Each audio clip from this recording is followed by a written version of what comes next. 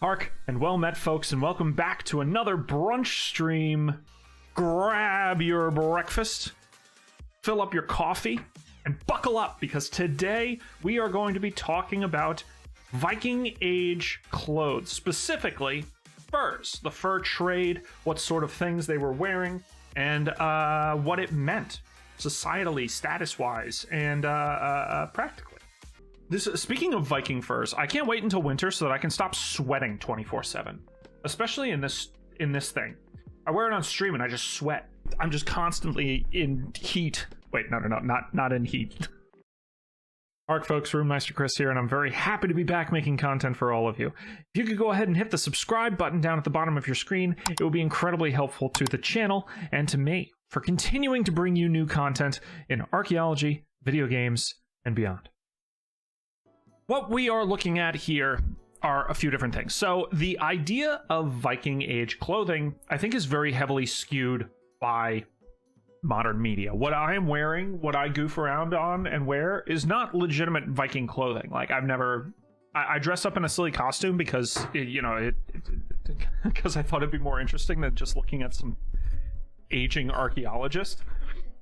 But at the end of the day, like, this isn't really like a typical outfit that an actual medieval Scandinavian would have been wearing. They wore just tunics over pants. There might have been some fur used during the heavier winter months to kind of supplement things. As we've said before, most Vikings were middle-aged farmers who wore simple and durable clothing. It was stuff that was meant to last, meant to handle the work that they were doing. They weren't like garbed in these big fancy things. The examples of clothing that we do have are not as common as you would think, and a lot of them have actually been kind of pseudo-decomposed already, because obviously, like, it's hard to maintain stuff when it's organic in nature and like 1,000 years old. The costumes used in shows and what I'm wearing and stuff like that, it's all meant to be kind of extravagant and kind of give off this ideal of what medieval Scandinavia was like, but in actuality, it was just like, it was straightforward. These people were workers. They were on the grind 24/7, dawn to dusk, rocking that farmer life. I mean, women here, it says they had thick strap-style dresses topped with a sturdy cloak. Men like to layer up too, often with a long tunic and trouser under bigger cloaks. As for footwear, Vikings wore leather boots. So this is kind of more in line with what we're looking at here, like fairly typical clothing.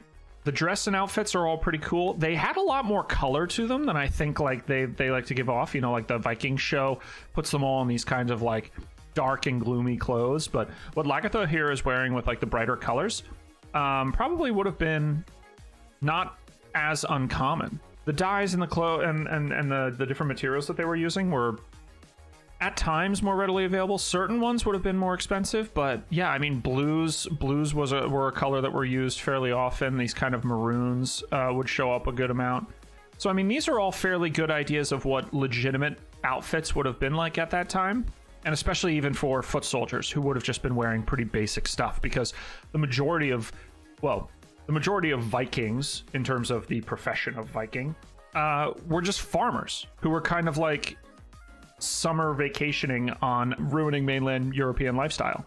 The elements of fur that were in Viking clothes, it was a lot more subtle. It was, maybe like the lining of some shoes or the lining of certain things. It was not as commonly used or extravagant, and certainly not as flared up as what a lot of people represent. They had a lot of different furs that they were using for various reasons. They had them in their clothes to an extent, like we were saying. They would use various different types of animals. They would use it for their bedding to make beds more comfy. I don't blame them. They would use the hide and the leather in pouches, sword scabbards, all of these sorts of things. Fur in general. Look at this. This part I just picked up. Fake fur made from wool has been found in a number of sites. So looking at the different animals that they would use furs, hides, pelts, and stuff for, we've got badgers, bears, obviously. Beaver is the big one. Beaver is going to be a subject of conversation today. Keep that in mind. I don't know if people went out and hunted cats to get their pelts, but I think that they probably would have used it when the time came. Duck feathers and downs, easy. ermine, which are like these kind of little like ferret-like things. Now, keep in mind that a lot of these, it's talking about bones, not necessarily the furs. But the idea that the bones being found in those locations indicate at least a little bit of the processing being done there.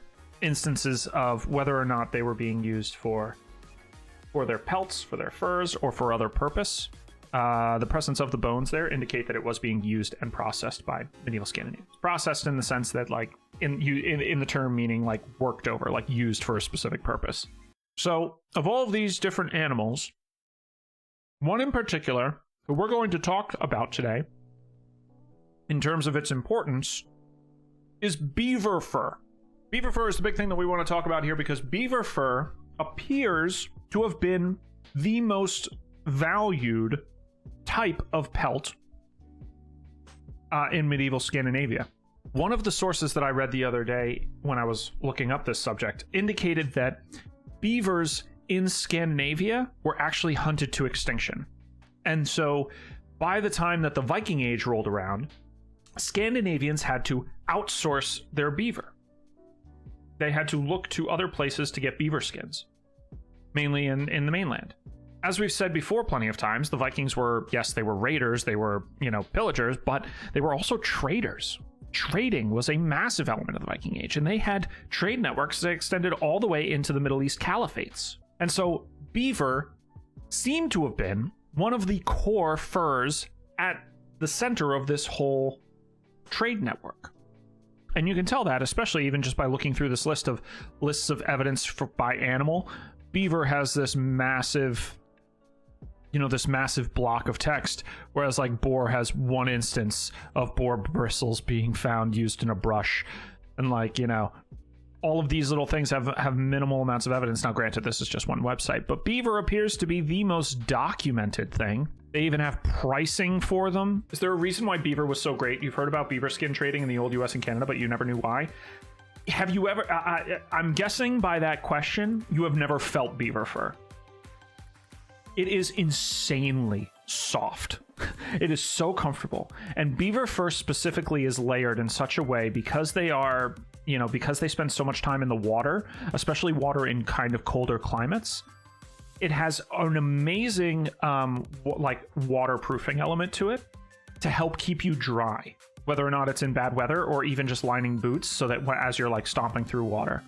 So beaver fur doubles both as being incredibly well insulated to keep you warm, super soft so that it's incredibly comfortable, and being waterproof to a certain extent.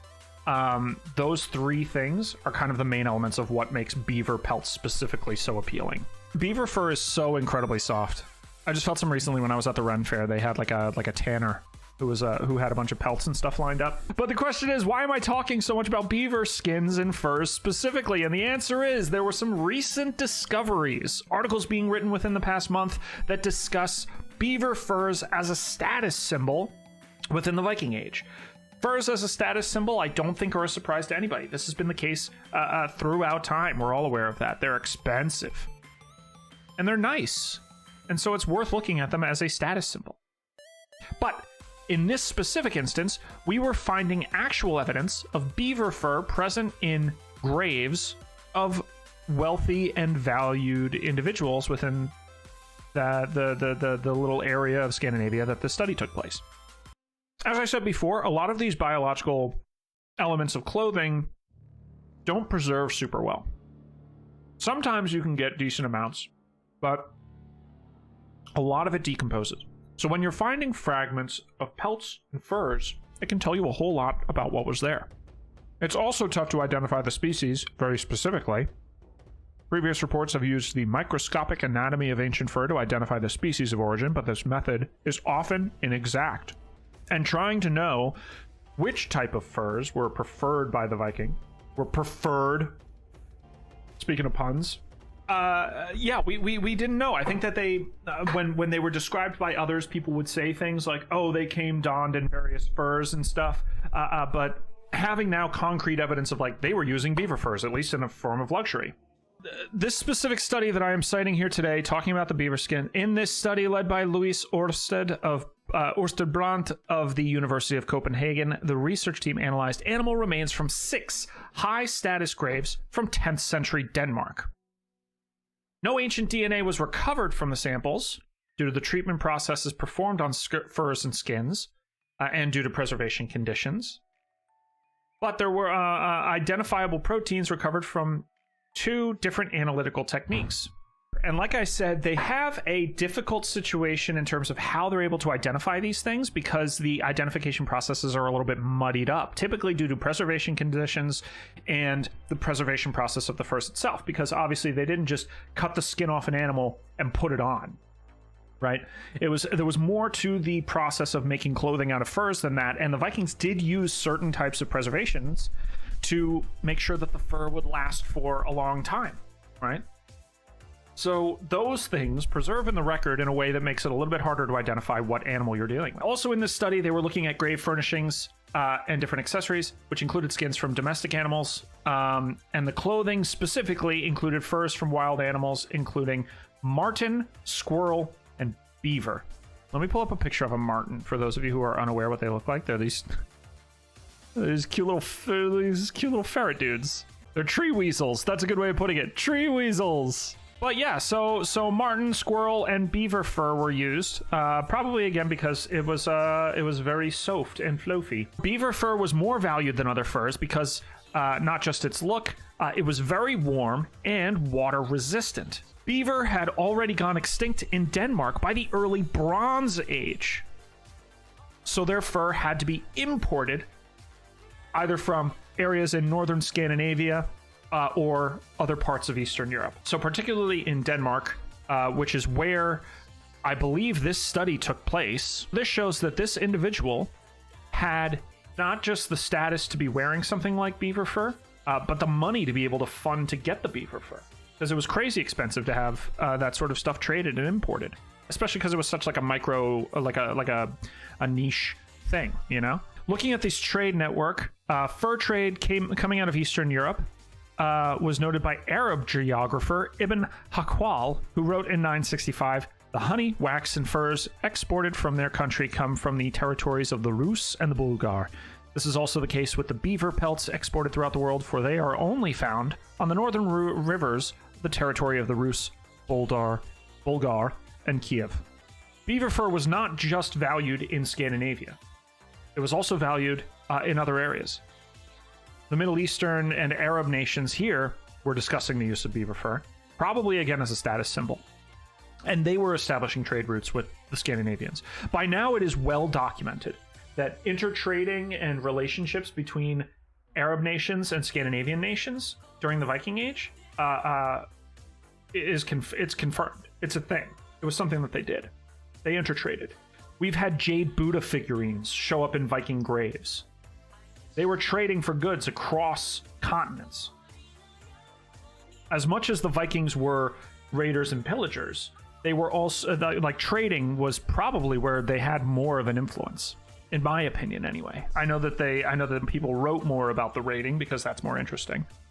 But fortunately for us, the Arab caliphates were incredibly meticulous with their documentation. They had people whose entire lives were dedicated to just writing down as much stuff about all of the things that the Arab caliphates did, including like Ibn al-Fadlan doing his entire documentation of his trip up into the Rus to deal with Scandinavian and Viking adjacent folk. In essence, in the Viking Age, wearing exotic fur was almost certainly an obvious visual statement of affluence and social status similar to high-end fashion in today's world. The study used ancient proteins preserved in elite Danish Viking burials to provide direct evidence of beaver fur trade and use specifically. So looking at this fur trade, we can deduce that Viking furs had a similar effect to, like, you would see like high-end suits, right? So like if you see somebody in like an Armani suit, that's like the equivalent of what beaver fur was doing for medieval Scandinavians. Oh wow, that's probably damn comfy. But I can get by with the pelt that I grabbed off of like 17 squirrels that I stitched together. More realistically, layering even more wool. because wool is great. Wool is an amazing resource because you don't have to kill the animal to get the wool. Food a lot of times was a necessary use of sheep, but the wool was arguably more valuable for its just wide variety of uses in terms of clothing. So having that sort of option there was definitely the easier and more sustainable thing. As I said, this discovery, we're talking like July 2022. Here's the publishing on Science News, July 27th. This is like hot. This is hot news, right? Within the past like 2 months. And so looking at this discovery, this is kind of now going to trigger a big jump in what we're going to be discussing in terms of Viking fur use. Because this is now going to offer new avenues of identifying the furs that we do find in graves. It's going to reevaluate how we look at their everyday use as a status symbol versus a utility item for keeping warm. It's also going predominantly to reevaluate our look at trade goods and what sort of things were being imported and exported to various areas of the Viking Age world. And now beavers are going to be at the forefront of this. Which, you know what? With the amount of work that they put in, working the dams all day, all night, I think they deserve a little recognition, even if it is by being slaughtered and donned by rich people. Isn't that the end goal for all exploited workers? So, in summary, Viking Age furs were probably used a lot more sparingly than what people would have you believe. When we look at this sort of stuff and we have these cultural ideas of what constitutes Viking garb, influenced by mass media, video games, movies, television shows, stuff like that, we have views of the possibilities, right? But it wasn't the standard. Viking standard clothing was practical, useful, wool, layers. And the furs acted more as a status symbol, luxury garb, reserved for wealthy elites. So looking at all of these types of garbs and developments and the new methods that we are developing in terms of identifying which furs are being used in certain contexts to bypass the sort of rough preservation tactics and the different treatment methods that were used by medieval Scandinavians on these furs in the first place, we're starting to get a better look at what types of furs they were using and what this means further to their trade and interaction with cultures across the entire world, within the Rus and Eastern Europe, within the Arab caliphates, within mainland Europe. And so the extinction of beaver within Denmark doesn't preclude its use in that area. It just means that they had to go a little bit further out of the way in order to get it. And that's all super cool. That's all I had to say about that.